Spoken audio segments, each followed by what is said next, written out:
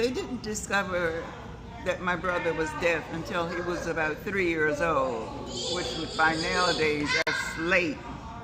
But this was back in 1944 when they realized that he was deaf, so he was 3. And I think after that they started realizing that they were going to have some kind of educational service for him. When she went to the DC school system, she found out that we have services, but because he's a Negro at that time, he's going to have to be sent to Maryland to go to school. The white children in DC who were deaf, who were of school age, were sent to the Kendall School on the campus of Gallaudet. And I think initially that was sort of mind-boggling to them. Mm-hmm.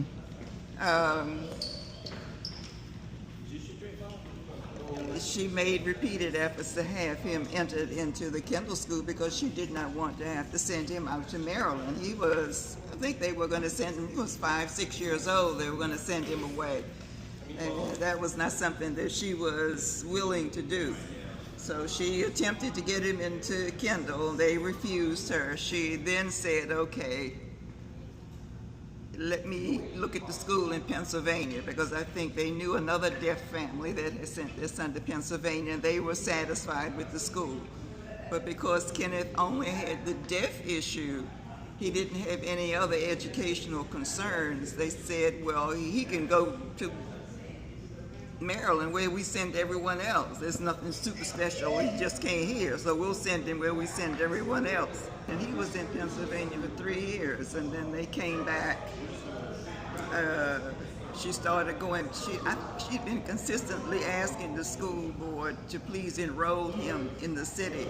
And they kept telling her, well, you know, education is segregated in Washington and we just can't do that. Grandma told me, she said, took him to Pennsylvania. And of course, we didn't know sign language and no one could explain to Kenneth what was going on. And she said, I took him there. She said, waited for him to start walking around with the other children and doing some playing. And she said, and then I eased out the door. Mm-hmm. And he must have seen her leaving. And he went to the window and he started knocking on the window and crying. Mm-hmm. And she said, I heard him crying and knocking on the window. She said, but I wouldn't turn around and I wouldn't look back. She said, I just kept walking. Mm-hmm. I just kept walking. Mm-hmm. And Kenneth said he cried for 2 weeks. The backstory to this is that Louise Miller was fathered by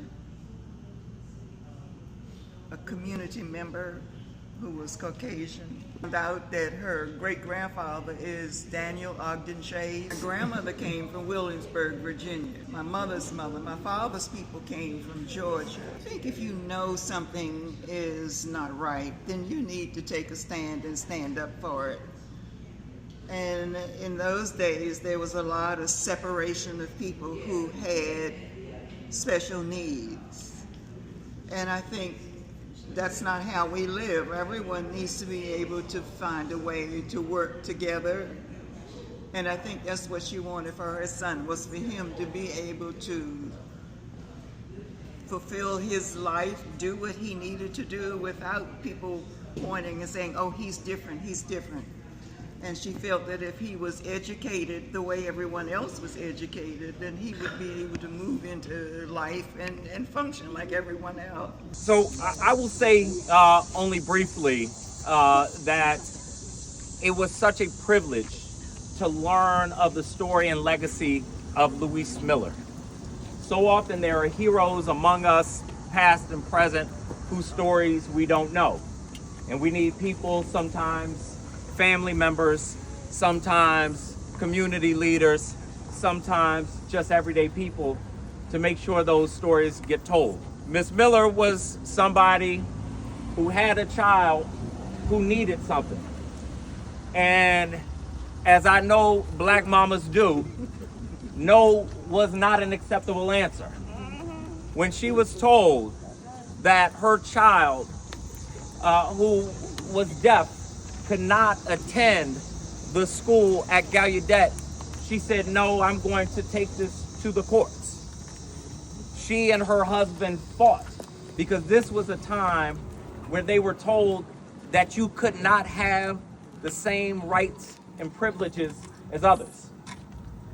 Finally, after so much work, she got her baby into the school only to find it segregated. So the work continued. Miss Miller's story is a testament to us today in a time where we are called to stand up for a battle that we didn't pick. So in honor of DC residents who need this inspiration, in honor of a family that has helped change the trajectory of our city and one of our prime universities in the country, in honor of Miss Miller and her husband and the fight that they fought to make education more equal in DC, I'm proud to be here today. 3, 2, 1.